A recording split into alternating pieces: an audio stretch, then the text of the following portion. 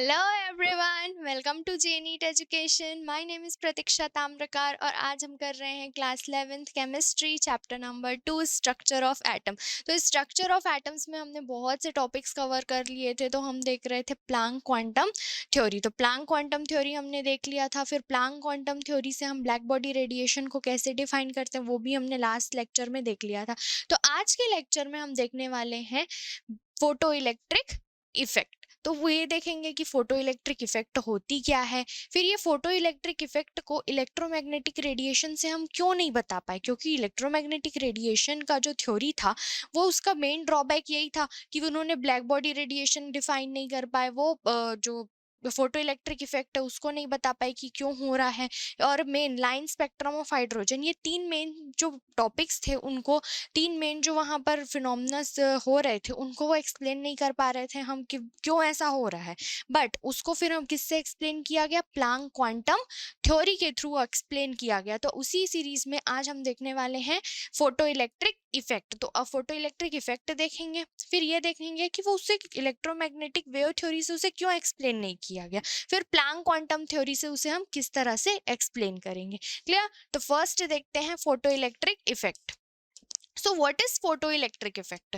तो photo electric effect क्या होता है, सिंपल से लैंग्वेज में अगर समझा जाए तो एक मेटल सरफेस पर एक लाइट स्ट्राइक कीजिए, लाइट डालिए मेटल सरफेस पर, तुरंत ही इलेक्ट्रॉन इजेक्ट हो जाता है। तो जैसे ही मेटल सरफेस पर लाइट स्ट्राइक किया जाता है, लाइट डाला जाता है, तुरंत ही इलेक्ट्रॉन एमिट हो जाता है। तो इलेक्ट्रॉन का एमिशन कब, जब मेटल सरफेस पर लाइट डाला जाता है, तो इसी को बोला जाता है फोटो इलेक्ट्रिक इफेक्ट। इसकी सबसे पहले ये कॉन्सेप्ट या ये फिनोमिना किन्होंने दिया था, ये देखा किसने था, हर्ट्ज ने इन 1887। तो 1887 में उन्होंने ये डिस्कवर्ड किया था फोटो इलेक्ट्रिक इफेक्ट। देखते हैं हुआ क्या था।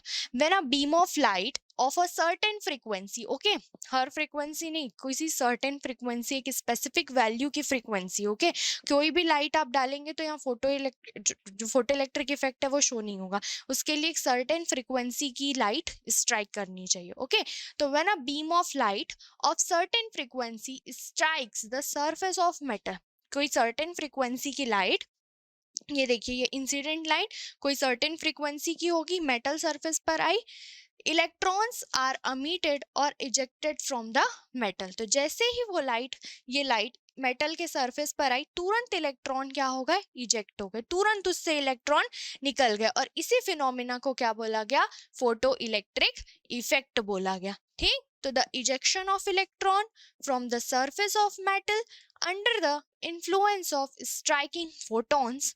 फोटॉन्स क्यों बोला गया, क्योंकि जो हमने लास्ट प्लैंक क्वांटम थ्योरी में देखा था कि जो लाइट्स होती हैं वो एनर्जी के पैकेट्स में होती है और उन पैकेट्स को फोटोन बोला जाता है। ठीक, इस वजह से यहाँ पर जो लाइट है उसको क्या बोला गया, यहाँ पर photon. Photon striking and electrons emitted. तो जैसे ही जो लाइट हमने डाली, लाइट्स में क्या होता है, लाइट्स क्या होती है, stream of particles, stream of photons होती हैं, वो छोटे छोटे पार्टिकल्स नेचर की होती है। ठीक, ये हमने देख लिया था प्लैंक्स क्वांटम थ्योरी में।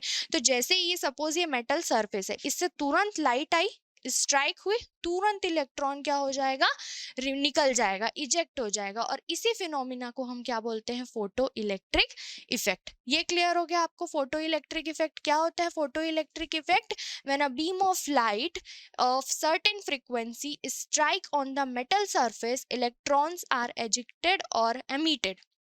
This phenomena is called photoelectric effect. ठीक, फोटो इलेक्ट्रिक इफेक्ट समझ आ गया। एक लाइन में एकदम सिंपल से भाषा में समझिए कि light I but certain frequency की, कोई भी फ्रीक्वेंसी की लाइट यहाँ नहीं चलेगी, किसी एक मिनिमम वैल्यू की फ्रीक्वेंसी होती है, हर मेटल के लिए ये अलग अलग होगी। तो सर्टेन फ्रीक्वेंसी की लाइट आएगी, लाइट मेटल सरफेस पर आकर स्ट्राइक करेगी, इलेक्ट्रॉन्स निकल जाएंगे, और इस फिनोमिना को ही बोला जाता है क्या, फोटो इलेक्ट्रिक इफेक्ट बोला जाता है। ठीक, अब इसके लिए हम देख लेते हैं कि ऑब्जर्व कैसे किया गया था, इसका एक्सपेरिमेंट देख लेते हैं हम, ये हुआ कैसे था।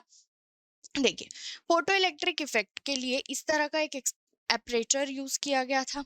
इसमें एक इवैक्यूएटेड ट्यूब था, खाली था, पूरा खाली था, इवैक्यूएटेड ट्यूब था, fitted with a metal surface. इस पर एक मेटल सरफेस लगाया गया था। यहाँ पर देखिए आपको ये एक मेटल सरफेस दिख रहा होगा, ये मेटल सरफेस इस इवैक्यूएटेड ट्यूब में कैथोड की तरह वर्क कर रहा था। क्लियर? और यहाँ पर एक डिटेक्टर लगाया गया था जो कि एनोड की तरह वर्क कर रहा था, और इस पूरे जो ऑपरेटर है उसको आउटर सरफेस, आउटर एरिया में मीटर लगा हुआ था वहां पे। क्लियर? ये आपको ऑपरेटर क्लियर हो गया। ऑपरेटर में एक इवैक्यूएटेड ट्यूब था, इस इवैक्यूएटेड ट्यूब में एक मेटल सरफेस था। मेटल सरफेस किसकी तरह वर्क कर रहा था? कैथोड की तरह वर्क कर रहा था। और ये कैथोड के जस्ट सामने यहाँ पर एक डिटेक्टर दिख रहा होगा, ये डिटेक्टर क्या था? एनोड की तरह वर्क कर रहा था। और ये जो कैथोड और ये एनोड है वो आउटर एरिया में बाहर की तरफ किससे जुड़े हुए थे? एक इलेक्ट्रिक सर्किट से जुड़े हुए थे, जहां पर ये एक बैटरी लगी हुई है और अमीटर। अमीटर क्या करता है? करंट को मेजर करता है कि वहां पर कितना करंट फ्लो हो रहा है। इतना आपको क्लियर हो गया। अब ये प्रैक्टिकल कैसे किया गया, देखिए एक्सपेरिमेंट कैसे किया गया। यहाँ पर ये यहाँ से लाइट बीम आई, ठीक, ये लाइट बीम आके इस मेटल सरफेस पर स्ट्राइक कर गई, और जैसे ही यहाँ पर मेटल सरफेस पर स्ट्राइक की, इलेक्ट्रॉन्स तुरंत ही एमिट हुए। और ये इलेक्ट्रॉन्स एमिट होके, इलेक्ट्रॉन्स पर कौन सी चार्ज होता है? नेगेटिव चार्ज होता है। और ये इलेक्ट्रॉन्स तुरंत एमिट होके किधर गए? डिटेक्टर की तरफ। वो कौन है? एनोड। एनोड पर क्या होता है? पॉजिटिव चार्ज होता है। तो ये इलेक्ट्रॉन्स किस साइड गए? डिटेक्टर की तरफ। डिटेक्टर से कहाँ है वो? इस आउटर सरफेस में फ्लो होने लग गए, आउटर सरफेस में फ्लो हुए, जिससे कि यहाँ पर अमीटर में फ्लक्चुएशन हुआ। फ्लक्चुएशन हुआ इसका मतलब क्या हुआ? कि आउटर सरफेस में इलेक्ट्रॉन फ्लो हो रहे हैं, और movement of electron is called electricity. और आउटर सरफेस में जो था, आउटर एरिया में, आउटर सर्किट में, ये जो आउटर सर्किट था वहां पर इलेक्ट्रॉन्स फ्लो होने लगे। इलेक्ट्रॉन्स फ्लो होना मतलब वहां पर इलेक्ट्रिसिटी चालू हो गई, इलेक्ट्रिसिटी वहां पर जनरेट हो गई थी वहां पर, ठीक। तो जैसे ही आपने क्या किया, जैसे ही इस एक्सपेरिमेंट में देखा गया कि जैसे ही मेटल सरफेस पर जो लाइट होती है वो स्ट्राइक करती, तुरंत इलेक्ट्रॉन एमिट होते हैं, और इलेक्ट्रॉन एमिट होकर के यहाँ पर इधर फ्लो होने लगते हैं, जिससे कि ये अमीटर में फ्लक्चुएशन शो होने लगता है। और अमीटर में फ्लक्चुएशन शो हुआ तो तुरंत ही पता चल जाता है कि यहाँ पर इलेक्ट्रॉन का एमिशन हो चुका है, वो इलेक्ट्रॉन इस सर्किट में फ्लो हो रही है, और यहाँ पे पता चल जाता है कि फोटो इलेक्ट्रिक इफेक्ट शो हुआ। इसको फोटो इलेक्ट्रिक इफेक्ट क्यों बोला जाता है? क्योंकि जो लाइट्स आ रहे हैं उनको आप फोटोन बोलते हैं, ठीक। ये फोटोन से फोटो ले लिया गया, और इससे इलेक्ट्रिसिटी भी यहाँ पर फ्लो होने लग गई, यहाँ पर करंट फ्लो होने लग गया आउटर सर्किट में, ठीक। आउटर सर्किट में करंट फ्लो हुआ, करंट मींस इलेक्ट्रिसिटी, तो ये क्या हो गया? फोटो इलेक्ट्रिक इफेक्ट हो गया।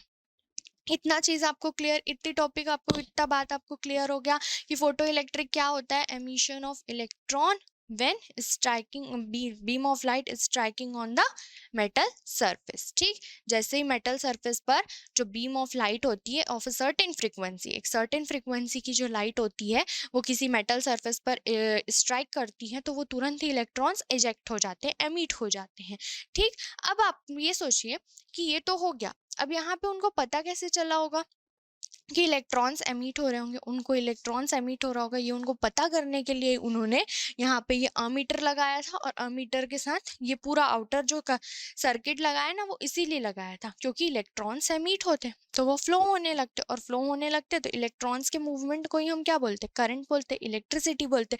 तो जैसे ही इलेक्ट्रॉन इजेक्ट होते हैं वो इधर सर्किट में फ्लो होने लगते, जिससे अमीटर डिफ्लेक्शन शो कर, फ्लक्चुएट होने लगता, सॉरी। ये जो अमीटर का आप यहाँ पे देख रहे हैं ये कांटा, ये क्या होने लगता है? यहाँ पर फ्लक्चुएशन शो करने लगता, और जैसे ये फ्लक्चुएट हुआ, इससे पता चल गया साइंटिस्ट को कि यहाँ पर इलेक्ट्रॉन्स एमिट हो रहे हैं। कब? जब हम उस पर लाइट स्ट्राइक कर रहे हैं, ठीक। ये आपको क्लियर हो गया। अब नेक्स्ट देखते हैं। तो ये जब एक्सपेरिमेंट किया गया, तो इस एक्सपेरिमेंट से चार इंपॉर्टेंट जो ऑब्जर्वेशंस यहाँ पर देखे गए, चार मेन ऑब्जर्वेशंस देखे गए, तो हम एक एक करके वो सारे ऑब्जर्वेशंस देखते हैं, ठीक। तो फर्स्ट ऑब्जर्वेशन है no time lag between the striking of light and the ejection of electron, ठीक। तो यहाँ पर बिल्कुल भी ऐसा बोलना चाहिए कि देर नहीं हुआ कि तुरंत यहाँ पर लाइट स्ट्राइक किए, तुरंत इलेक्ट्रॉन एमिट हुए। मतलब हो सकता था कि यहाँ पर लाइट स्ट्राइक करते, लाइट मेटल सरफेस पर आते हैं, फिर थोड़े टाइम बाद इलेक्ट्रॉन एमिट होता, ऐसा कुछ नहीं। तुरंत लाइट आता था यहाँ पर और तुरंत ही इलेक्ट्रॉन एमिट होने लगते थे, ठीक। तो यहाँ देखिए, it was seen that as soon as the light of suitable frequency strikes the metal surface, photo electrons are ejected. जैसे ही लाइट आती तुरंत इलेक्ट्रॉन एमिट हो जाते। तो यहाँ पर लाइट के स्ट्राइक करने और इलेक्ट्रॉन के एजेक्ट होने पर कोई भी टाइम डिफरेंस नहीं था। तुरंत लाइट आती, इलेक्ट्रॉन एमिट होते, तुरंत आई तुरंत एमिट, तुरंत आई तुरंत एमिट। ऐसा नहीं कि जैसे आप लोगों का काम रहता है ना, आज बोलो तो कल करेंगे, वैसा वाला काम नहीं था। तुरंत लाइट आती, तुरंत इलेक्ट्रॉन्स एमिट होते। ठीक है, तो यहाँ पर no time lag between the light and the striking of light and the ejection of electron. तुरंत लाइट आती, इलेक्ट्रॉन एमिट होते, तुरंत लाइट आई, इलेक्ट्रॉन्स एमिट। ठीक, यहाँ पर बिल्कुल भी टाइम डिफरेंस नहीं था कि no time lag between striking of photon and ejection of electron. बिल्कुल टाइम डिफरेंस नहीं था, तुरंत लाइट आई, electrons emit. Clear? First observation क्या था? No time lag between striking of photon and ejection of electron. बिल्कुल टाइम डिफरेंस नहीं, आया निकला इलेक्ट्रॉन, लाइट आई, सर्टेन फ्रीक्वेंसी की होनी चाहिए। ओके, ये भी डिस्कस करेंगे हम फ्रीक्वेंसी के बारे में। ये लाइट आई, तुरंत electron emit.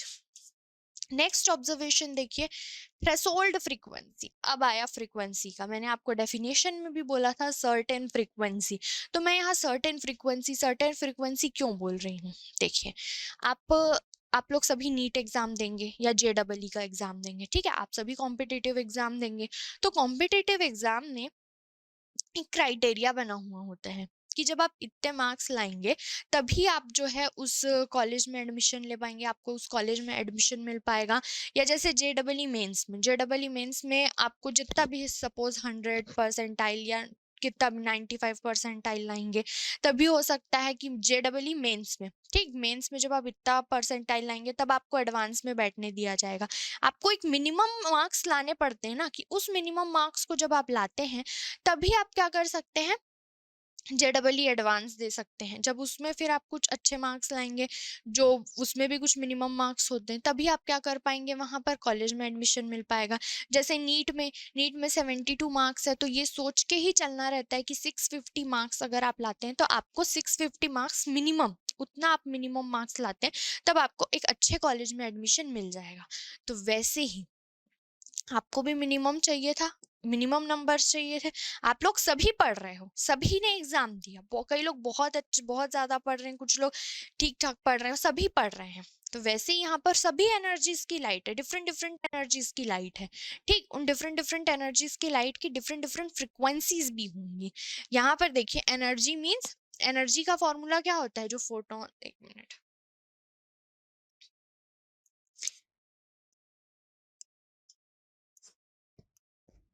E is equals to H nu. Energy किस पर डिपेंड करती है? फ्रीक्वेंसी पर डिपेंड करती है।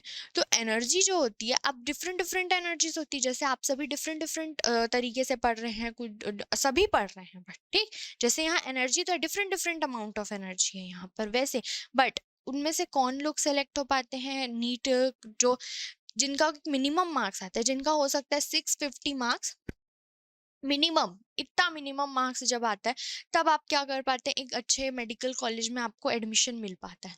तो वैसे ही यहाँ पर इलेक्ट्रॉन की एजेक्शन के लिए हमें एक ऐसी एनर्जी चाहिए होती है जिसमें एक इतनी मिनिमम फ्रीक्वेंसी तो हो, इस सभी मेटल्स के लिए एक मिनिमम फ्रीक्वेंसी रिक्वायर्ड होती है, एक मिनिमम एनर्जी रिक्वायर्ड होती है जिससे कि वो इलेक्ट्रॉन को इजेक्ट कर पाए। और उस एनर्जी की उस मिनिमम फ्रीक्वेंसी को ही हम क्या बोलते हैं, थ्रेशोल्ड फ्रीक्वेंसी बोला जाता है। ठीक, तो यहाँ पर जब एक्सपेरिमेंट किया जा रहा था तो उस एक्सपेरिमेंट में एक देखा गया था कि पोटेशियम मेटल लिया गया, और उस पोटेशियम सपोज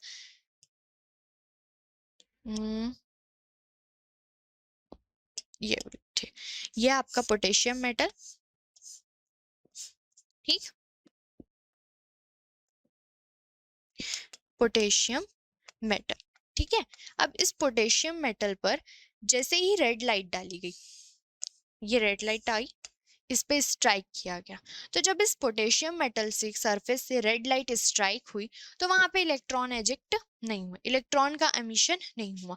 इस रेड लाइट में भी तो एनर्जी रही होगी, ठीक है, एनर्जी तो रेड लाइट में भी रही होगी, और पर्पल लाइट में भी होगी, ब्लू लाइट में भी होगी, ग्रीन में भी होगी, सभी में एनर्जीज होगी। तो यहाँ पर इलेक्ट्रॉन एजेक्ट होना था, बट जब जब आपने रेड लाइट डाली, वहां जब एक्सपेरिमेंट किया जा रहा था तो पोटेशियम मेटल के सरफेस पर जब रेड लाइट डाली गई तो इलेक्ट्रॉन का एजेक्शन नहीं हुआ। बट जैसे ही इस पोटेशियम मेटल के सरफेस पर एक येलो लाइट डाली गई, ठीक है, जैसे इस पोटेशियम मेटल के सरफेस पर क्या डाली गई, येलो कलर की लाइट डाली गई, वहां पर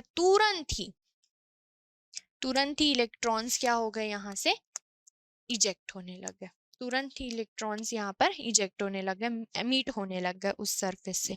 तो यहाँ पता चला कि सभी जो डिफरेंट डिफरेंट मेटल्स होते हैं, उन डिफरेंट डिफरेंट मेटल्स के इलेक्ट्रॉन को एजेक्ट करने के लिए एक मिनिमम एनर्जी रिक्वायर्ड होती है, और उस मिनिमम एनर्जी को ही हम क्या बोलते हैं, थ्रेशोल्ड एनर्जी। और उस एनर्जी के करस्पॉन्ड में जो फ्रीक्वेंसी होती है उसको ही हम क्या बोलते हैं, थ्रेशोल्ड फ्रीक्वेंसी बोलते हैं। तो जब भी इलेक्ट्रॉन्स को एमिट कराना है किसी मेटल सरफेस से, तो एक मिनिमम फ्रीक्वेंसी की जो लाइट होती है वो हमें रिक्वायर्ड होती है।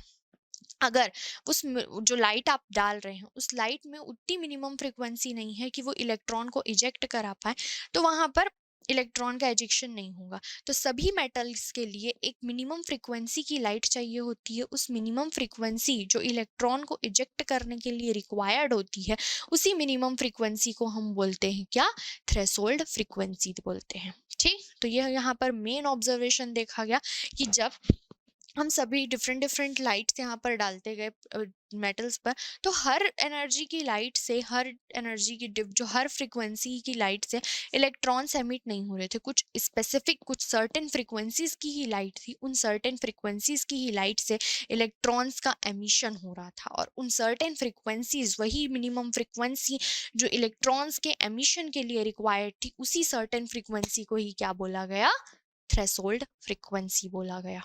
ठीक, क्लियर, थ्रेशोल्ड फ्रीक्वेंसी क्लियर हो गया होगा, ये आपको एग्जांपल से बहुत अच्छे से क्लियर हो गया होगा।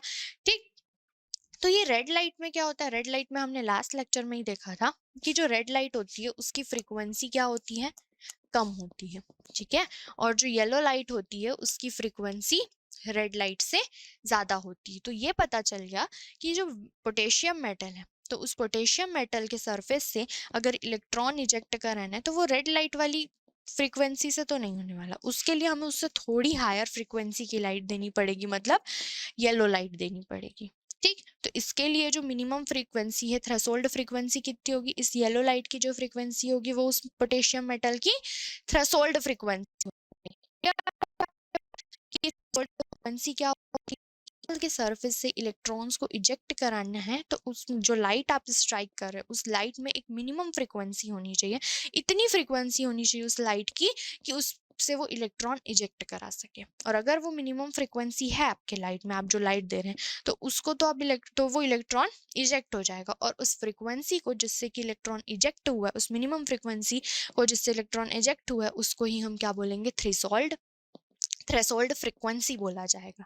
और उस थ्रेशोल्ड फ्रीक्वेंसी के करस्पॉन्डिंग जो उस लाइट की एनर्जी होगी उसको हम क्या बोलेंगे, threshold energy of that light. ठीक, तो अब यहाँ पर देखते हैं क्या दिया है, threshold frequency, it is the minimum frequency of light needed, एक मिनट, अब दिख रहा, इट इज द मिनिमम, एक मिनट इसको, it is the minimum frequency of light needed to cause photoelectric effect। तो ये मिनिमम फ्रीक्वेंसी होती है जो रिक्वायर्ड ही होती है हमें फोटो इलेक्ट्रिक इफेक्ट को प्रेजेंट करने के लिए। अगर इतनी फ्रीक्वेंसी नहीं है लाइट में तो वो नहीं हो पाएगा, इलेक्ट्रॉन का एमिशन नहीं हो पाएगा। और ये जो फ्रीक्वेंसी होती है हर मेटल के लिए अलग अलग होती है, डिफरेंट डिफरेंट मेटल, तो डिफरेंट डिफरेंट मेटल के लिए जो फ्रीक्वेंसी होगी, जो उनकी थ्रेशोल्ड फ्रीक्वेंसी होगी, वो भी क्या होगी, डिफरेंट डिफरेंट ही होगी। ठीक, तो it is the minimum frequency of light needed to cause photo electric effect.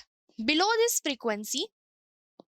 this frequency the photoelectrons cannot be ejected। ठीक, तो उसने जो लाइट दी है, जैसे हमने पोटेशियम के लिए रेड लाइट दी है, तो रेड लाइट की फ्रीक्वेंसी कम होती है, तो रेड लाइट की फ्रीक्वेंसी इतनी वहां पर नहीं थी कि वो पोटेशियम के सरफेस से इलेक्ट्रॉन को इजेक्ट करा पाए।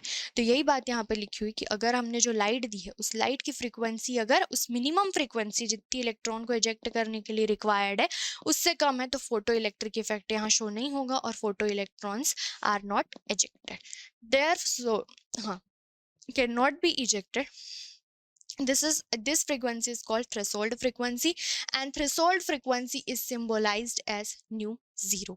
ठीक, threshold frequency is symbolized as nu zero. So it was seen that if the frequency of light is greater than the threshold frequency, then only electrons are ejected accompanied with maximum possible kinetic energy. तो अगर आपने जो light दी है उस light की frequency, जो आपने जो लाइट दी उस लाइट की फ्रीक्वेंसी अगर थ्रेशोल्ड फ्रीक्वेंसी से ज़्यादा है तो इलेक्ट्रॉन्स बिल्कुल एजेक्ट होंगे, और एजेक्ट होने के साथ साथ उन जो इलेक्ट्रॉन्स हैं उनकी काइनेटिक एनर्जी भी बहुत ज़्यादा रहेगी। काइनेटिक एनर्जी ज़्यादा मतलब बहुत जल्दी इलेक्ट्रॉन इजेक्ट होते जाएंगे और बहुत तेज़ी से फ्लो होते जाएंगे उस सर्किट में, मतलब बहुत ज़्यादा अमाउंट होगा वहाँ पर करंट का। क्लियर, इतनी बात आपको क्लियर हो गई। दो ऑब्जर्वेशंस हमने यहाँ देखे। फर्स्ट ऑब्जर्वेशन क्या था, no time lag between the striking of photons and ejection of electron. बिल्कुल टाइम डिफरेंस नहीं होता, बिल्कुल भी देरी नहीं होती कि इलेक्ट्रॉन्स आए फोटॉन्स आए तुरंत इलेक्ट्रॉन्स इजेक्ट हो गए। क्लियर। सेकेंड हमने देखा थ्रेशोल्ड फ्रीक्वेंसी। तो यहाँ ऑब्जर्व किया गया था कि जो इलेक्ट्रॉन्स का इजेक्शन होता है, जो फोटो इलेक्ट्रिक इफेक्ट होता है, वो सर्टेन फ्रीक्वेंसीज की लाइट के थ्रू ही हम शो कर सकते हैं, देख सकते हैं। हर फ्रीक्वेंसी की लाइट जो होती है वो फोटो इलेक्ट्रिक इफेक्ट शो नहीं करती, और वो मिनिमम फ्रीक्वेंसी जो फोटो इलेक्ट्रिक इफेक्ट के लिए ज़रूरी होती है, रिक्वायर्ड होती है इलेक्ट्रॉन्स को एमिट कराने के लिए, उस मिनिमम फ्रीक्वेंसी को, उस रिक्वायर्ड फ्रीक्वेंसी को क्या बोला जाता है, थ्रेशोल्ड फ्रीक्वेंसी। अगर आपने जो लाइट दिया है उसकी, हाँ, और थ्रेशोल्ड फ्रीक्वेंसी को डिनोट किससे करते हैं, न्यू जीरो से किया जाता है। ठीक है, न्यू जीरो से किया जाता है। और इस फ्रीक्वेंसी के से एसोसिएटेड एनर्जी, मतलब ये लाइट है, इस लाइट की फ्रीक्वेंसी जो आ रही है वो कितनी है, न्यू है, तो उसकी एनर्जी कितनी हो जाएगी, E is equals to H nu, क्योंकि हमने एनर्जी के लिए देखा था कि जो एनर्जी होती है वो लाइट्स की फ्रीक्वेंसी पर डिपेंड करती है। तो E is equals to H nu, और इसको ही क्या बोला जाता है, थ्रेशोल्ड एनर्जी बोला जाता है। क्लियर। तो अगर आपने जो लाइट दी है उसकी फ्रीक्वेंसी थ्रेशोल्ड फ्रीक्वेंसी से ज़्यादा है तो इलेक्ट्रॉन्स बहुत जल्दी एमिट होंगे, एमिट होने के साथ साथ उनकी काइनेटिक एनर्जी भी बहुत ज़्यादा होगी, मतलब वो बहुत तेज़ी से फ्लो होंगे। तेज़ी से फ्लो होंगे इसका मतलब क्या है, वहाँ पर करंट का अमाउंट बहुत ज़्यादा होगा। जो हमने सर्किट देखा था ना करंट के लिए, तो वहाँ पर करंट का अमाउंट जो होगा बहुत ज़्यादा होगा। क्लियर, इतनी बातें क्लियर हो गई आपको। चलिए नेक्स्ट देखते हैं आप। नेक्स्ट ऑब्जर्वेशन है, नेक्स्ट ऑब्जर्वेशन है नंबर ऑफ फोटो इलेक्ट्रॉन्स, कि यहाँ पर कितने फोटो इलेक्ट्रॉन्स जो हैं वो एमिट होते जा रहे हैं। यानी कि आपने जो जिस भी फ्रीक्वेंसी की लाइट दी उससे इलेक्ट्रॉन्स तो एमिट हो गए, बट कितने इलेक्ट्रॉन्स एमिट हुए, तो नंबर ऑफ फोटो इलेक्ट्रॉन्स। ठीक, तो the number of photo electrons ejected is proportional to the intensity और brightness of light striking the metal but do not depend on the frequency of light. तो कितने electrons वहां पर emit होंगे, मतलब ये मेटल सरफेस, इस मेटल सरफेस पे यहाँ पर इलेक्ट्रॉन्स, ठीक, तो यहाँ से कौन आया, फोटो इलेक्ट्रॉन्स आए, फोटॉन्स आए। तो ये फोटॉन्स, इन फोटॉन्स की इंटेंसिटी जितनी ज़्यादा होगी, मैं फ्रीक्वेंसी की बात नहीं कर रही हूँ, फ्रीक्वेंसी अलग है, इंटेंसिटी अलग है। ठीक है, intensity means number of, higher number of photons बोल सकते हैं आप, या उसकी जो ब्राइटनेस है उस लाइट की वो वैसा कंसिडर कर सकते हैं। यहाँ पर हम इंटेंसिटी मीन्स क्या टर्म लेंगे, हायर नंबर ऑफ फोटॉन्स। ठीक है, हायर नंबर ऑफ फोटॉन्स लेंगे।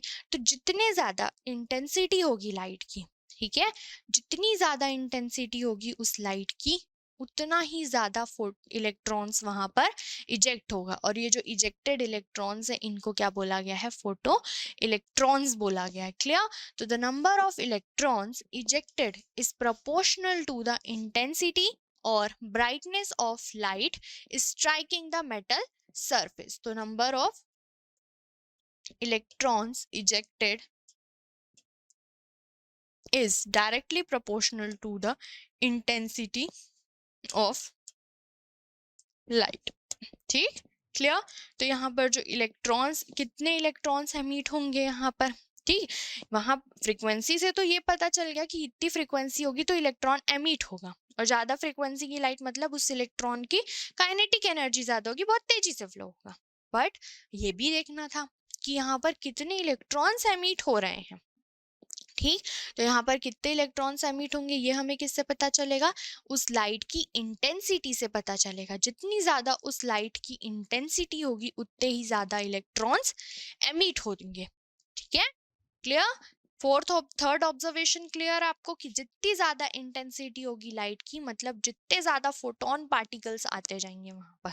ठीक, intensity means number, maximum number of particles आप यहाँ पर समझ सकते हैं। इंटेंसिटी इंक्रीज करना means maximum number of particles. जितने ज्यादा maximum number of particles metal surface से आकर स्ट्राइक करेंगे, फोटोन्स जो है वो आकर स्ट्राइक करते जाएंगे, उतना ही ज्यादा यहाँ पर ये जो फोटोन होगा, ये फोटोन, ये लाइट जो फोटोन के फॉर्म में आएगा, ये इससे स्ट्राइक करेगा और स्ट्राइक करके तुरंत निकालते जाएंगे, यहाँ से इजेक्ट करते जाएंगे इलेक्ट्रॉन्स को। तो जितनी ज्यादा इंटेंसिटी होगी उतने ज्यादा नंबर ऑफ इलेक्ट्रॉन्स इजेक्ट होते जाएंगे। क्लियर, थर्ड पॉइंट भी, थर्ड ऑब्जर्वेशन भी क्लियर हो गई आपको। नेक्स्ट अब देखते हैं kinetic energy of photo electrons. तो अब ये काइनेटिक एनर्जी, ठीक, तो kinetic energy of ejected electrons depend upon the frequency of light used. तो जो लाइट होती है, सॉरी जो इलेक्ट्रॉन्स होते हैं उस लाइट की, सॉरी जो इलेक्ट्रॉन्स हैं, जो फोटो इलेक्ट्रॉन्स जो एमिट हुए हैं, उन फोटो इलेक्ट्रॉन्स की जो काइनेटिक एनर्जी है वो किस पर डिपेंड करती है, फ्रीक्वेंसी पर डिपेंड करती है। ये सारे पॉइंट्स अभी हम जब एक्सप्लेनेशन देंगे वहां पे मैं बहुत अच्छे से क्लियर करते जाऊंगी आप सभी को। अभी तो सिर्फ हम ऑब्जर्वेशन देख रहे हैं कि किससे कौन कितना ज्यादा किसे किससे रिलेटेड है। ओके, तो यहाँ पर देखिए जो फ्रीक्वेंसी होती है, सॉरी काइनेटिक एनर्जी जो होती है लाइट की, कि वो इलेक्ट्रॉन्स की, कि वो कितने स्पीड से चलेंगे, तो वो जो एनर्जी है काइनेटिक एनर्जी जो इलेक्ट्रॉन्स की, वो किस पे डिपेंड करेगी, फ्रीक्वेंसी पे डिपेंड करेगी। जितना ज्यादा फ्रीक्वेंसी होगा उतना ज्यादा काइनेटिक एनर्जी होगा। ठीक, तो the kinetic energy of the ejected electrons depend upon the frequency of light. ठीक, यहाँ ग्राफ से हम देख सकते हैं, ठीक है, ये ग्राफ दिया हुआ है, काइनेटिक एनर्जी, ये फ्रीक्वेंसी ऑफ इलेक्ट्रॉन। तो यहाँ देखिए फ्रीक्वेंसी अभी इस पॉइंट पर कम है तो थोड़ा काइनेटिक एनर्जी, जैसे जैसे फ्रीक्वेंसी बढ़ते जा रही है यहाँ पर काइनेटिक एनर्जी भी इंक्रीज होते चले जा रही है।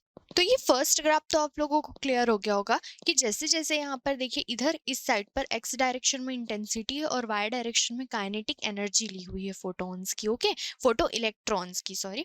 तो जैसे जैसे इंटेंसिटी, सॉरी फ्रीक्वेंसी, यहाँ पर देखिए ये फ्रीक्वेंसी यहाँ से इंक्रीज होते चले जा रही है, तो यहाँ पर काइनेटिक एनर्जी भी जो फोटो इलेक्ट्रॉन्स है उनकी इंक्रीज होते चले जा रही है। मीन्स जितना ज़्यादा फ्रीक्वेंसी होगा, जितनी ज़्यादा फ्रीक्वेंसी की लाइट होगी, जितना ज़्यादा फ्रीक्वेंसी का वो लाइट इजेक्ट होगा, उतने ही ज़्यादा वहाँ पर जो फोटॉन्स है, फोटो इलेक्ट्रॉन्स है, उनकी काइनेटिक एनर्जी होगी। क्लियर।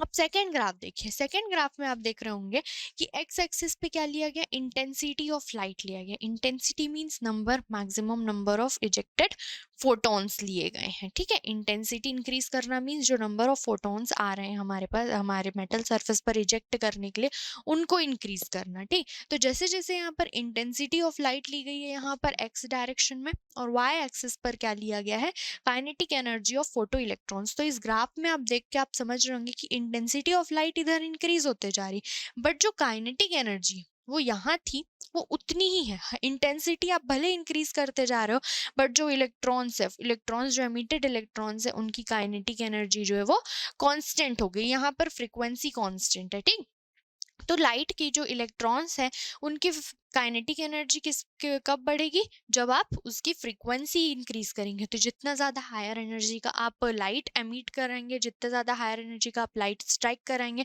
उतनी ही ज़्यादा काइनेटिक एनर्जी होगी किसकी, फोटो इलेक्ट्रॉन्स की। बट हमने यहाँ पर ग्राफ में देखा कि इंटेंसिटी कितनी ही इंक्रीज करते जाए वहां पर उनकी काइनेटिक एनर्जी में कोई फर्क नहीं पड़ने वाला, जितनी काइनेटिक एनर्जी थी उतनी ही रहेगी। ठीक, अगर फ्रीक्वेंसी कांस्टेंट है लेकिन इंटेंसिटी ऑफ लाइट हम क्या करते जा रहे हैं, बढ़ाते चले जा रहे हैं। क्लियर, ये चार ऑब्जर्वेशंस क्लियर हो गए आपको कि फर्स्ट ऑब्जर्वेशन हमने क्या देखा कि बिल्कुल टाइम डिफरेंस नहीं होता, no time lag between striking of photons and ejection of electron, बिल्कुल आए तुरंत निकल गए।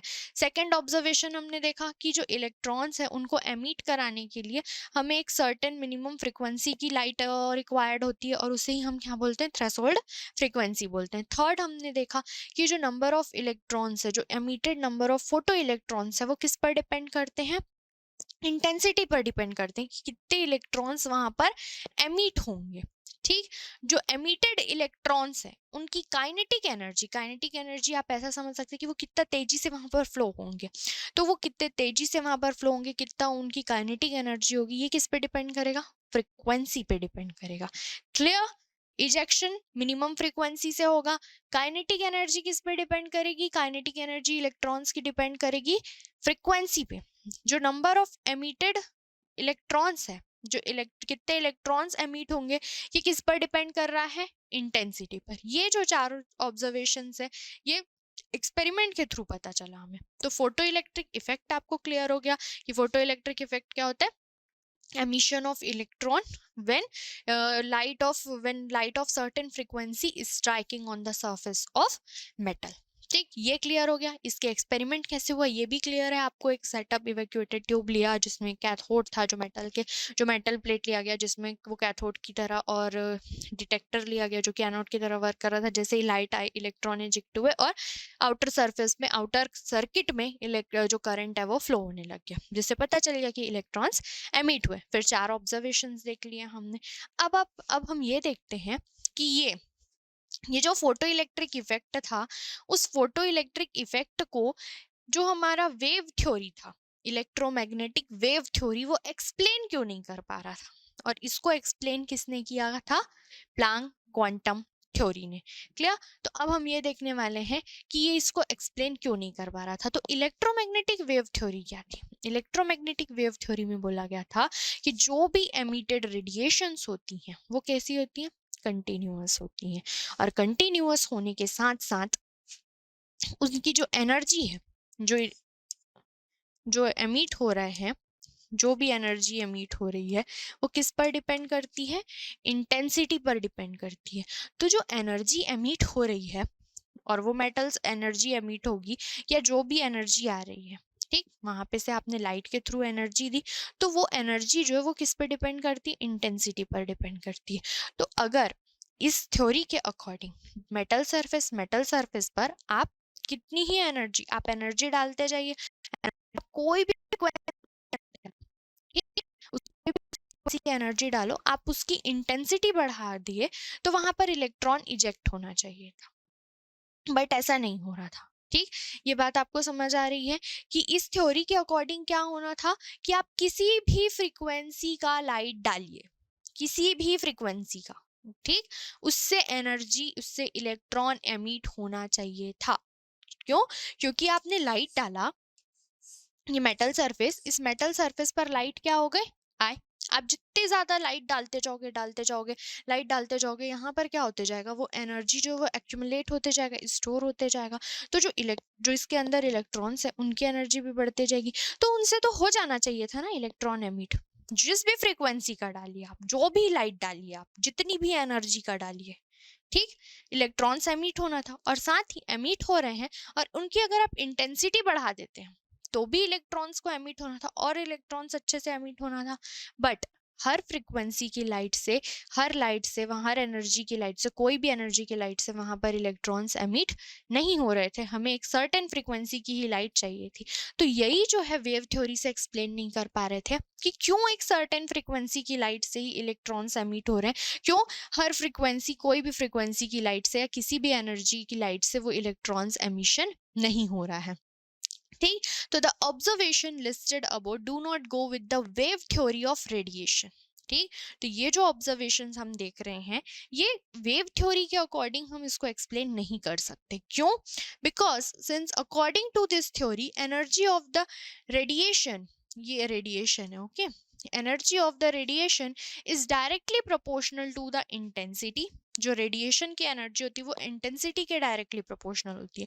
And photons of any frequency could have resulted in the photoelectric effect by implying increasing their intensity, that is increasing the number of striking photons। तो wave theory के according तो होना क्या था, कि आप किसी भी फ्रीक्वेंसी की लाइट डालिए और उस लाइट से इलेक्ट्रॉन्स एमिट होते जाएंगे और आप उस लाइट की इंटेंसिटी और इंक्रीज करते जाए। इंटेंसिटी इंक्रीज करना means increasing the number of striking photons. Intensity आप इंक्रीज करते जाएंगे तो जितनी ज़्यादा आप इंटेंसिटी बढ़ाते जाएंगे उतना ही आपको पर फोटॉन्स जो फोटो इलेक्ट्रिक इफेक्ट है वो शो होना चाहिए। बट ऐसा नहीं हुआ। हम अब वो पोटेशियम और रेड लाइट वाला हमने देखा था एक्सपेरिमेंट, मैंने आपको बताया था, तो ऐसा नहीं हुआ। अब ये ऐसा क्यों नहीं हुआ, ये वेव थ्योरी एक्सप्लेन नहीं कर पाई। अब इसको एक्सप्लेन किया किसने, प्लांक क्वांटम थ्योरी ने एक्सप्लेन किया। क्लियर? तो ये आपको समझ आ गया photo electric effect. Photo electric effect को क्यों हम वेव थ्योरी से एक्सप्लेन नहीं कर पाए ये भी समझ आ गया, क्योंकि फोटो इलेक्ट्रिक वेव थ्योरी के अकॉर्डिंग तो किसी भी एनर्जी की लाइट से एमिट हो जाना था भैया इलेक्ट्रॉन, बट ऐसा हुआ क्या, नहीं हुआ। और उन्होंने तो ये भी बोल दिया था कि उनके अकॉर्डिंग जितनी हम इंटेंसिटी बढ़ाते जाते हैं वो भले ही लोअर फ्रिक्वेंसी की लाइट हो, बट अगर आप इंटेंसिटी वहां बढ़ाते जाते हैं लाइट की तो इलेक्ट्रॉन्स को एमिट होना था, बट ऐसा नहीं हो रहा था। क्योंकि जब पोटेशियम मेटल के सरफेस वाला, जो हमने पोटेशियम मेटल वाला एग्जांपल देखा था, तो जो पोटेशियम मेटल का सरफेस था उस पर आप कितनी ही रेड लाइट डालिए, कितनी ही देर तक डालिए, कितनी ही ज्यादा इंटेंसिटी की डालिए लाइट, वहां से इलेक्ट्रॉन्स का एमिशन पॉसिबल ही नहीं था, वहां से इलेक्ट्रॉन्स एमिट हो ही नहीं पा रहे थे। तो यहाँ पर ये फेल हो गई फिर ये थ्योरी, क्योंकि वो एक्सप्लेन नहीं कर पाई क्यों उस किसी मेटल के लिए एक पर्टिकुलर फ्रीक्वेंसी की लाइट डालते तभी वो एमिट कर पा रही है। ठीक, तो ये इनका फेलियर समझ आया आपको कि ये कैसे एक्सप्लेन नहीं कर पाई वहां।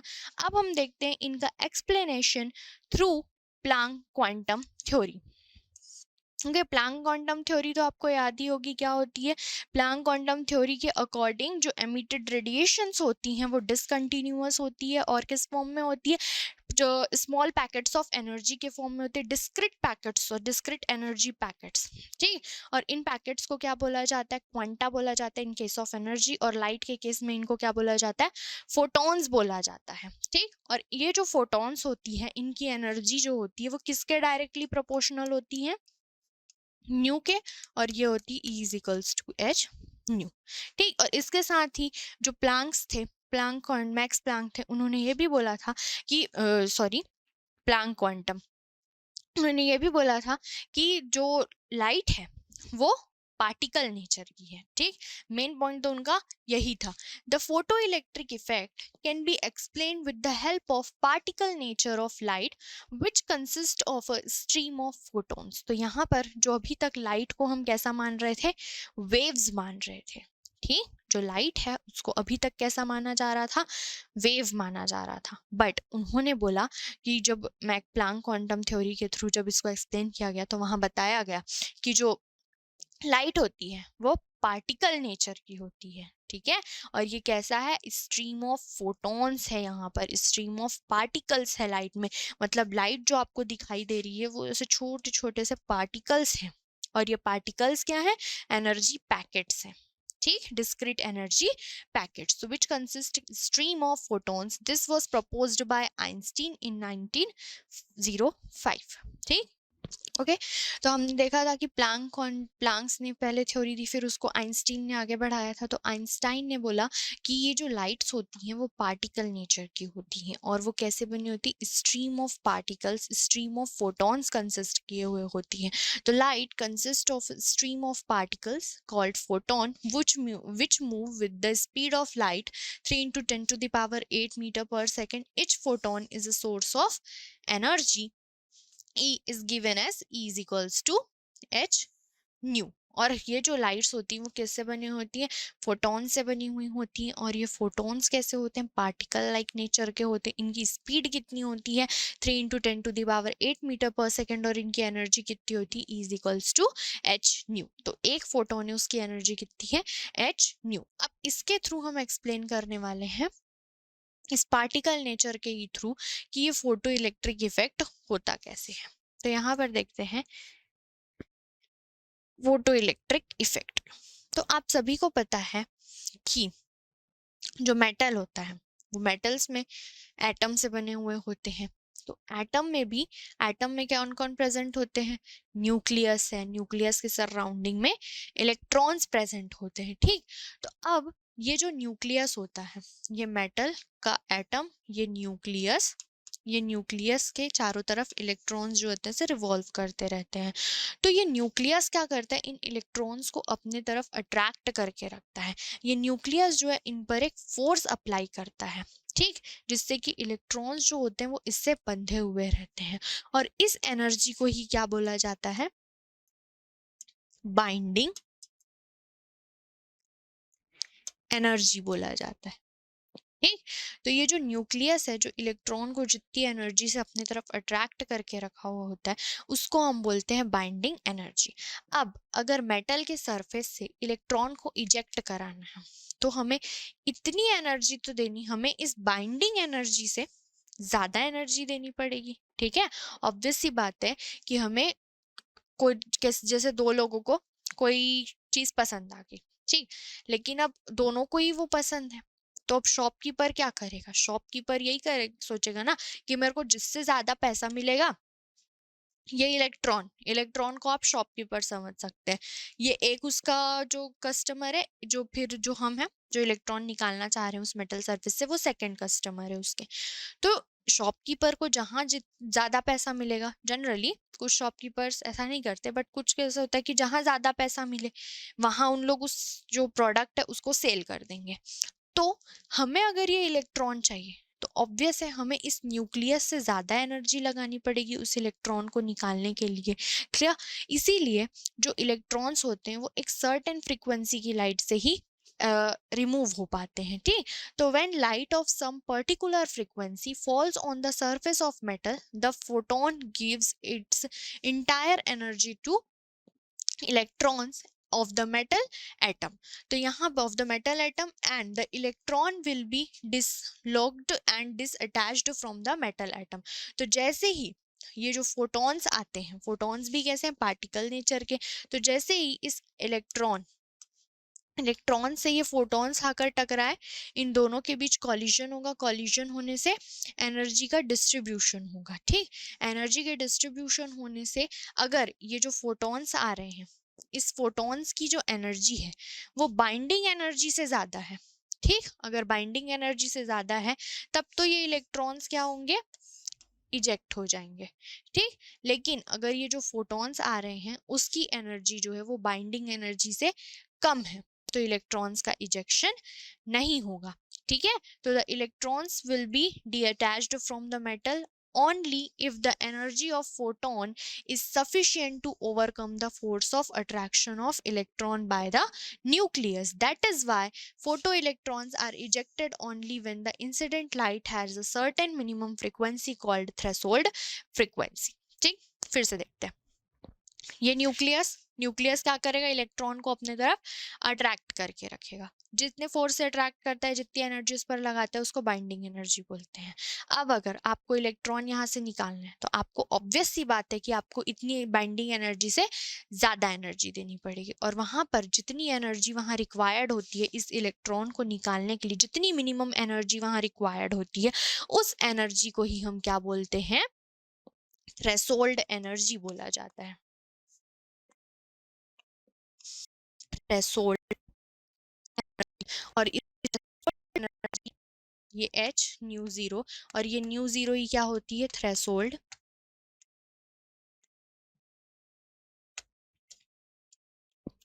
Frequency, clear. तो इलेक्ट्रॉन्स को अगर हमें एजेक्ट कराना है तो वहां पर हमें एक मिनिमम एनर्जी वहां देनी पड़ेगी, जो किससे ज्यादा होनी चाहिए, इस बाइंडिंग एनर्जी से ज्यादा होनी चाहिए, ठीक। तब तो इलेक्ट्रॉन निकल पाएगा। यानी कि हम कोई भी अमाउंट की एनर्जी दे दे तो ऐसा नहीं है कि आप किसी भी अमाउंट की एनर्जी देंगे और वहां से इलेक्ट्रॉन का इजेक्शन हो पाएगा, नहीं।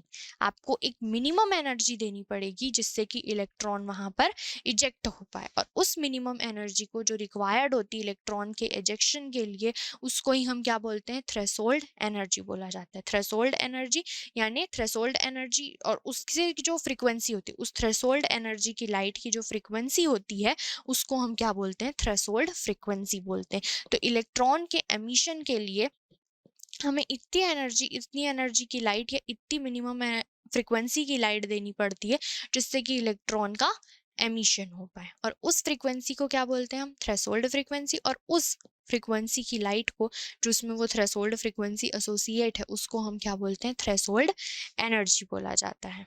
ठीक है, फर्स्ट पॉइंट क्लियर हो गया। और जितनी ज्यादा यहाँ पर फ्रीक्वेंसी होगी लाइट की, उतना ही जल्दी, उतना ही इलेक्ट्रॉन एमिट हो जाएगा, उतना ही जल्दी वो इलेक्ट्रॉन एमिट हो जाएगा।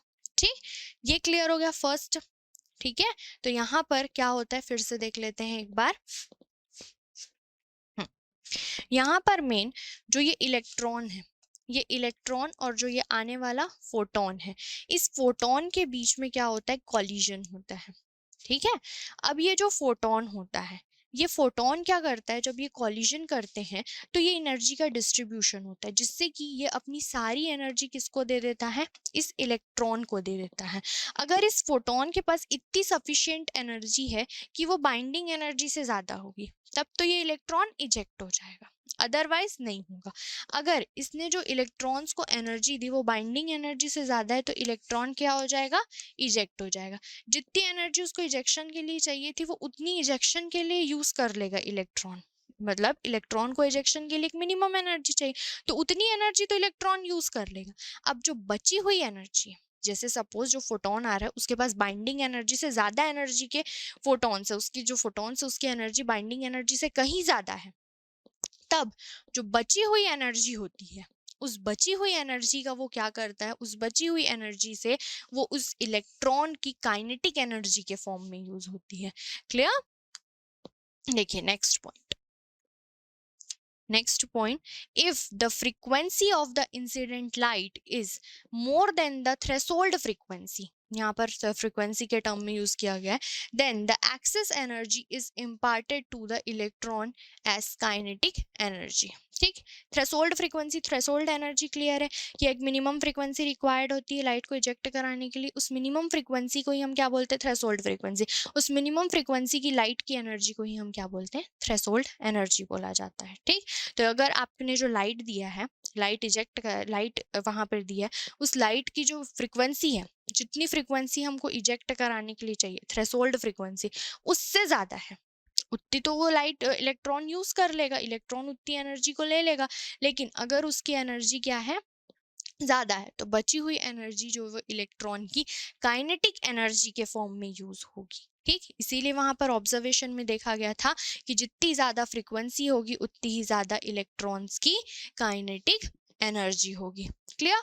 अब हम इसे समझते हैं।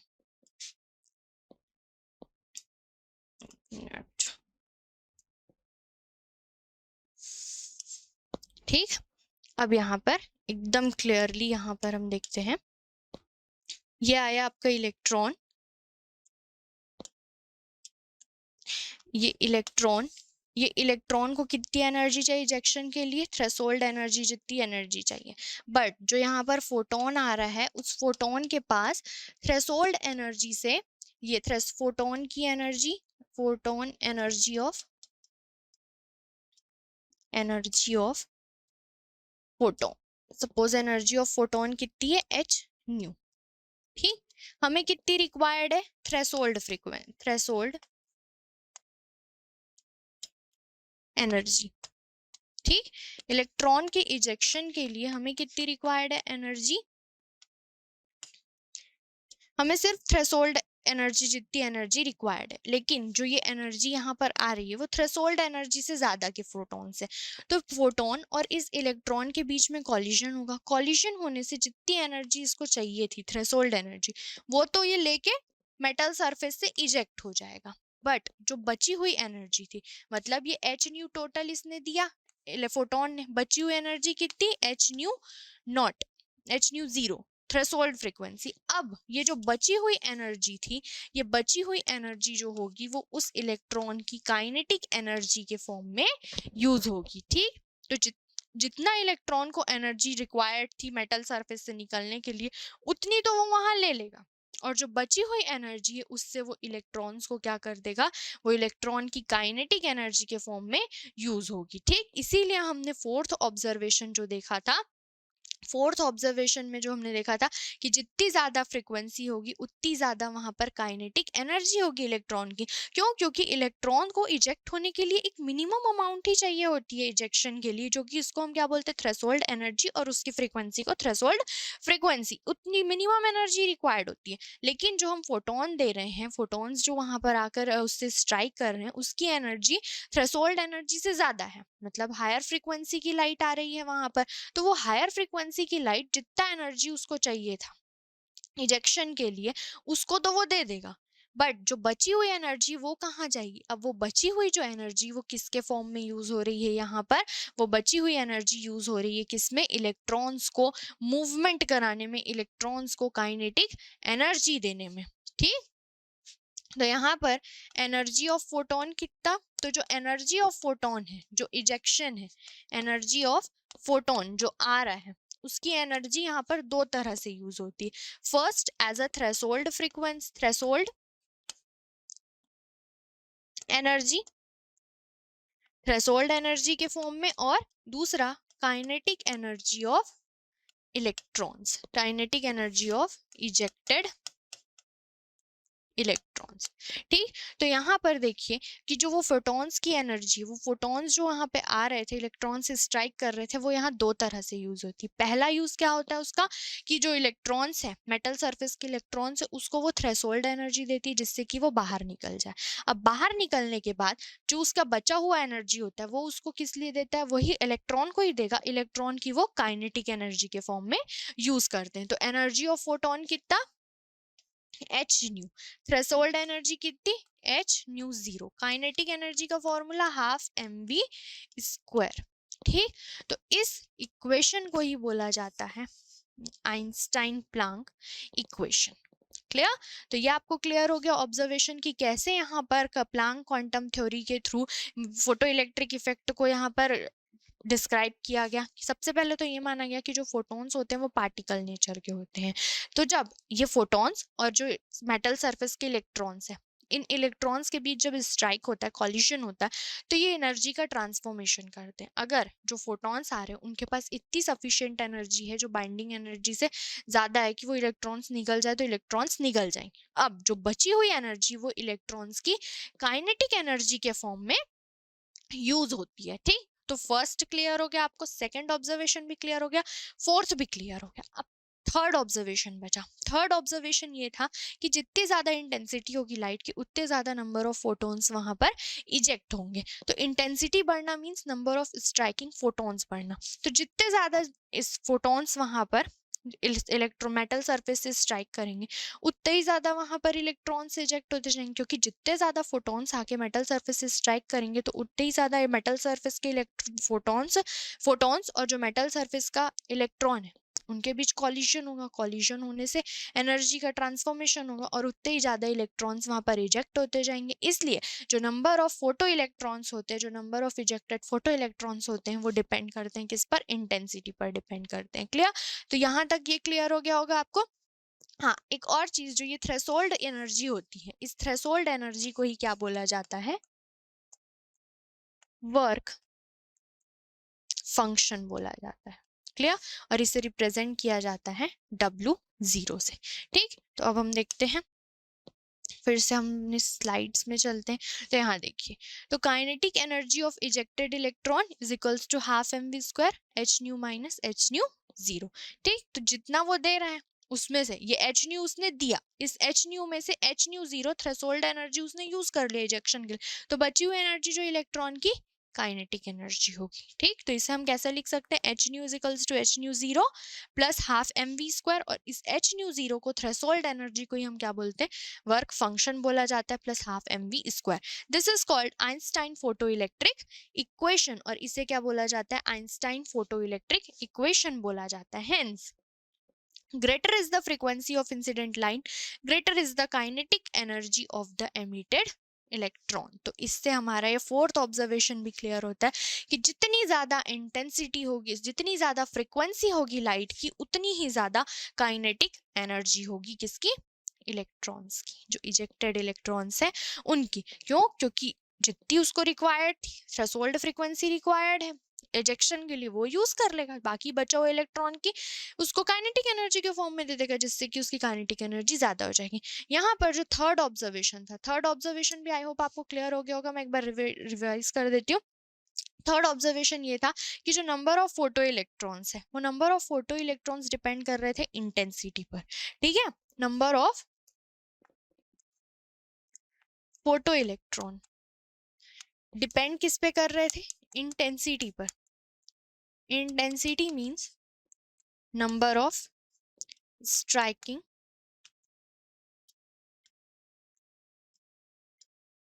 फोटॉन्स। ठीक, नंबर ऑफ स्ट्राइकिंग, मिनट में लिख, स्ट्राइकिंग फोटॉन्स पर डिपेंड कर रहे थे। तो ये यहाँ पर क्यों बोला, कैसे ऑब्जर्व किया गया था, तो ये हुआ मेटल सरफेस, ये इलेक्ट्रॉन्स, ये इलेक्ट्रॉन्स, ये इलेक्ट्रॉन्स। इंटेंसिटी बढ़ाना means number of striking photons को बढ़ाना, इंक्रीज करना। तो जितने ज्यादा फोटॉन्स यहाँ पर आकर स्ट्राइक करेंगे उतना ज्यादा इलेक्ट्रॉन और फोटोन में कॉलिजन होगा, कॉलिजन से उतने ही ज्यादा इलेक्ट्रॉन्स वहां पर एमिट होते चले जाएंगे। क्लियर, तीनों पॉइंट आपको क्लियर हो गए होंगे यहाँ पर। तो अब इस पर हम करने वाले हैं न्यूमेरिकल। एक मेन कंक्लूजन कि जो स्ट्राइकिंग लाइट है उस लाइट की एनर्जी जो है अगर थ्रेशोल्ड फ्रीक्वेंसी, थ्रेशोल्ड एनर्जी के इक्वल है तो सिर्फ आपका इलेक्ट्रॉन जो है वो इजेक्ट हो पाएगा, काइनेटिक एनर्जी उसको नहीं मिलेगी, सिर्फ वहां इजेक्शन होगा। अगर जो एनर्जी आप दे रहे हैं, जो लाइट है उसकी एनर्जी थ्रेशोल्ड एनर्जी से ज्यादा है तो इलेक्ट्रॉन इजेक्ट भी होगा और उसकी काइनेटिक एनर्जी भी होगी, ज्यादा होगी। बट अगर आप जो लाइट दे रहे हैं उसकी एनर्जी थ्रेशोल्ड एनर्जी से कम है तो वहां पर इलेक्ट्रॉन का इजेक्शन नहीं होगा। ठीक है, इसे हम समराइज कर सकते हैं। ये एनर्जी जो आप गिवन है, ठीक, ये एनर्जी और ये हो गई थ्रेशोल्ड एनर्जी E0। तो अगर जितनी एनर्जी आप दे रहे हैं, ठीक, जितनी लाइट की एनर्जी वो सिर्फ थ्रेशोल्ड एनर्जी के इक्वल है तो electron ejected, electrons are ejected. Okay, अगर जो एनर्जी आप दे रहे हैं E वो ज्यादा है किससे, थ्रेशोल्ड एनर्जी से, इलेक्ट्रॉन्स आर इजेक्टेड with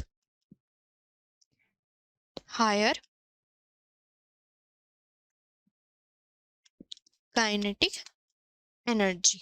ठीक, और जो एनर्जी आप दे रहे हैं वो लेस देन है किससे, थ्रेशोल्ड एनर्जी से, तो इलेक्ट्रॉन्स आर नॉट इजेक्टेड।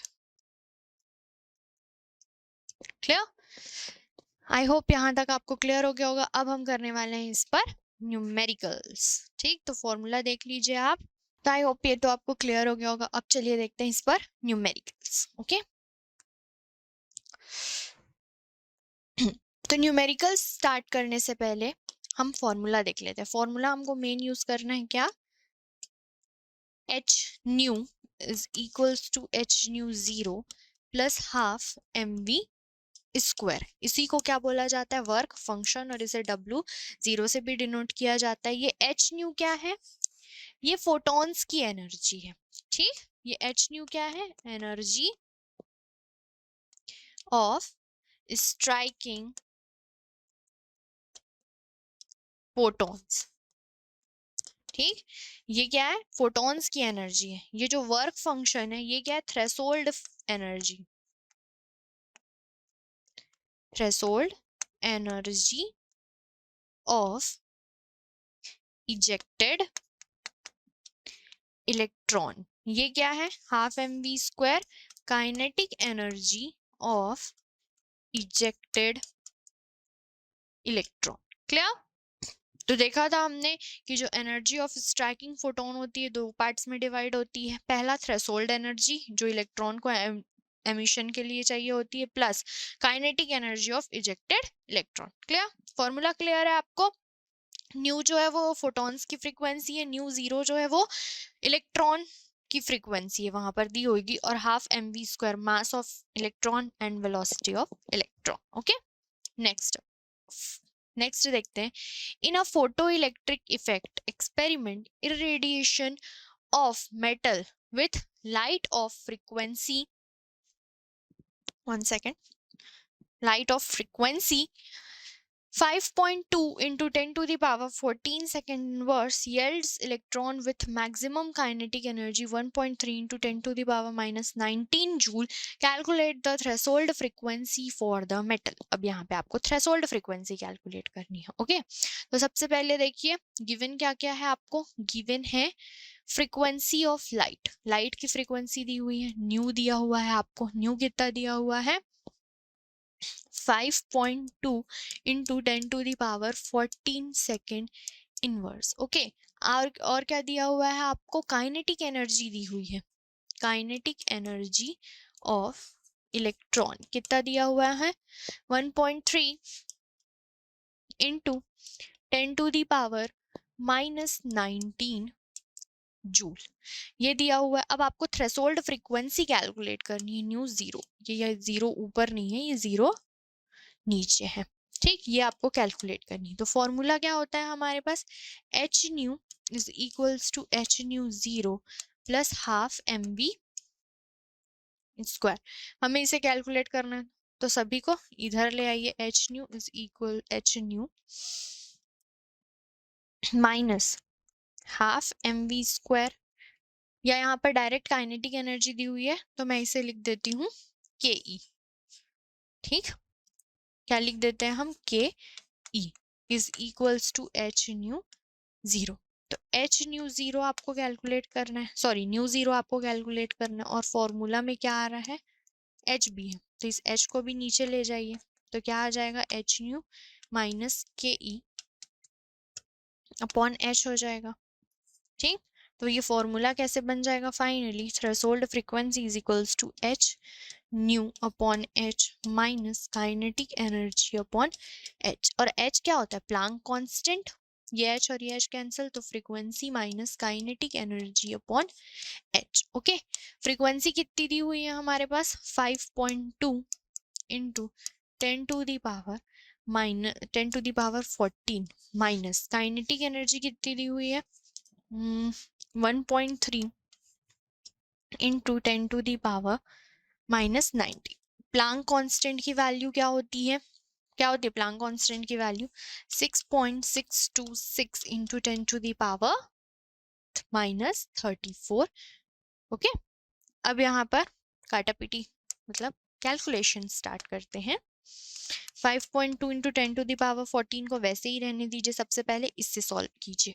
तो ये 1.3, ये आ जाएगा 6.626 इंटू इंटू ये माइनस 19 प्लस 34.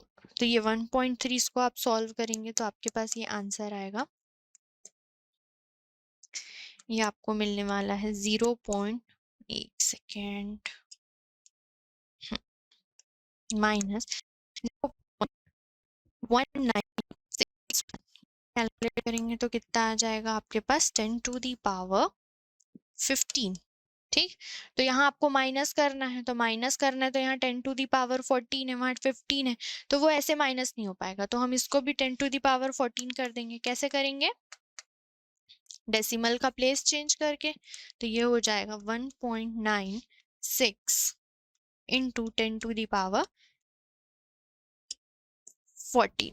तो यहाँ पर क्या आ जाएगा फिर जब आप इसे कैलकुलेट करेंगे, तो 5.2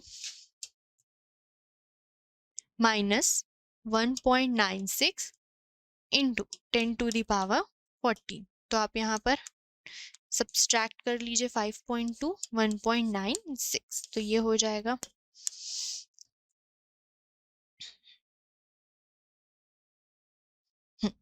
ये आ गया 3.24 into 10 to the power 14 second inverse. Okay,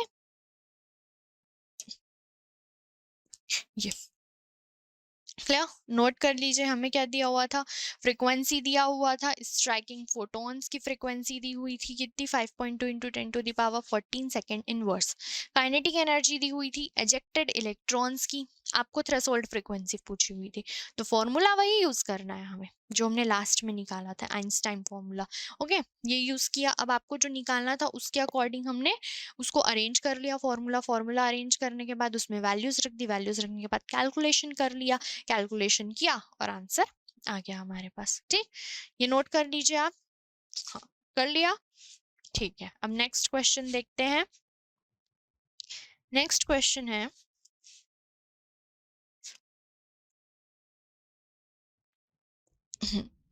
light of wavelength 5000 angstrom falls on a metal surface of work function 1.9 electron volt. Find the energy of photons and the kinetic energy of photo electrons. तो आपको यहाँ पर क्या करना है, the energy of photons निकालना है। तो एनर्जी ऑफ फोटॉन्स मींस ई निकालना है, एच न्यू निकालना है आपको, और kinetic energy of photo electrons तो ये भी निकालना है अब। ठीक, तो हम देख लेते हैं। ओके, स्टार्ट करते हैं इसको। गिवन क्या है, सबसे पहले तो आप गिवन लिख लीजिए। क्या गिवन है आपको, वेवलेंथ गिवन है, कितना 5000 एंगस्ट्रॉम। इसको मीटर में चेंज कर लीजिए, तो 5000 into 10 to the power -10 metre. तो ये कितना हो जाएगा, 5 into 10 to the power -7 metre. ये 3 इधर माइनस कर दिया मैंने। ठीक, ओके, ये आपको समझ आ गया कैसे हुआ। अरे देखिए, 5 into 10 to the power 3 into 10 to the power -7, तो 5 into 10 to the power -7 plus 3, sorry sorry sorry, ये गलती से मिस्टेक। तो 5 ये -10, तो 10 टू दी पावर -10 प्लस 3, तो ये आ गया 5 into 10 to the power -7 metre. ठीक, क्लियर, मिटा दो। यहाँ तक क्लियर आपको। अब हम सबसे पहले कैलकुलेट कर लेते हैं ए, एनर्जी ऑफ फोटोन। तो फोटोन की एनर्जी कैलकुलेट करना है, तो एनर्जी, फोटोन की एनर्जी क्या होती है, is equals to H nu. तो एच की वैल्यू तो हमें पता है कितना, 6.626 into 10 to the power -34। Okay, ये होती है इंटू न्यू। आपको कैलकुलेट करना है, न्यू तो दिया नहीं है, न्यू नहीं दिया है तो अब इसे और कैसा फॉर्म होता है इसका, सी अपॉन लैम्डा। न्यू को हम क्या लिख सकते हैं, सी अपॉन लैम्डा लिख सकते हैं। C means velocity of photons, तो वो कितनी होती है, 3 इंटू 10 टू दी पावर 8। और लैम्डा की वैल्यू कितनी है, वेवलेंथ की 5 इंटू 10 टू दी पावर -7। तो चलिए अब कैलकुलेट कर लेते हैं। तो जो 10 टू दी पावर वाले हैं उसको एक तरफ अलग सॉल्व करेंगे हम। 5 into 10 to the power -34 plus 8, same base same है तो पावर्स ऐड हो जाएंगे। ये -7 ऊपर जाके +7 हो जाएगा। क्लियर, ये इंटू कर लीजिए, कितना आ जाएगा, यहाँ पे ही करती हूँ मैं, फिर वहां लिख दूंगी